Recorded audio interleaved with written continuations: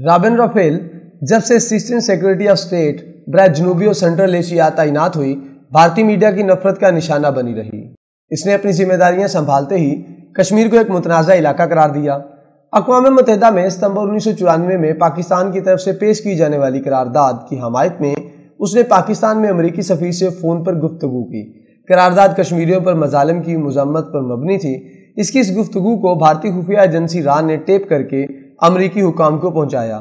بھارتی سیکرٹری خارجہ کرس سرینواسن نے ریٹائرمنٹ کے بعد 2012 میں 17 سال بعد اپنی کتاب میں انکشاف کیا کہ اس ریکارڈنگ کے بعد امریکی حکام سے احتجاج کیا گیا اور کہا گیا کہ وہ پاکستان کی قرارداد کی مخالفت کریں۔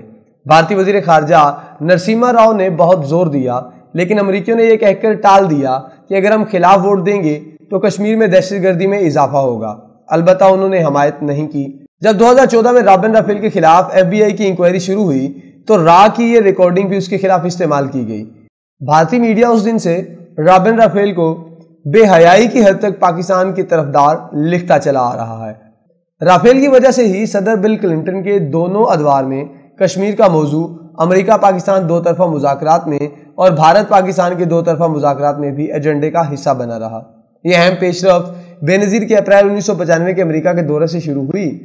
انہی دنوں جب پاکستانی سفیر ملیحہ لودھی نے پریسلر ترمیم کے تحت پاکستان پر لگائی گئی پابندیاں اٹھانے کے لیے کانگریس کی مدد چاہی اور براؤن ترمیم پیش ہوئی تو اس کو رابن رافیل اور بل کلنٹن نے بہت سپورٹ کیا، جس کی وجہ سے نومبر 1995 میں پاکستان کو ایک دفعہ کے لیے $368 ملین کے اسلحے کی خریداری کی اجازت دے دی گئی۔ اس واقعے کے بعد تو بھارت کے میڈیا نے رافیل کے خلاف جیسے ایک محاذ بنا لیا اور اسے آج تک پاکستان کا اثاثہ لکھتے چلے آ رہے ہیں۔ 13 نومبر 1994 کو قندھار کی فتح کے بعد جب ملا محمد عمر کی حکومت قائم ہوئی تو اس واقعے نے نہ صرف پاکستان کی تمام خفیہ ایجنسیوں کو حیرت میں ڈال دیا بلکہ امریکہ سمیت اہم ممالک کے سفارت خانوں میں موجود خفیہ والے بھی حیران تھے کہ یہ معجزہ کیسے ہو گیا ہے۔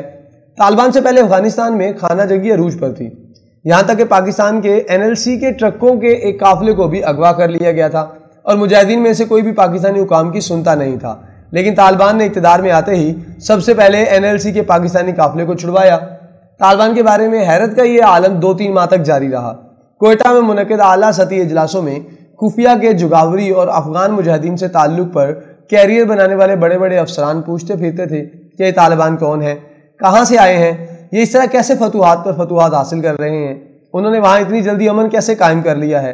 1986 سے 1990 تک میری قندھار کے پڑوس میں واقع چمن اور پشین میں کئی بار پوسٹنگ رہی تھی اور طالبان قیادت کی اکثریت انہی علاقوں میں موجود ہوا کرتی تھی، مگر خاموش اور پاکستانی ایجنسیوں سے خاصی دور۔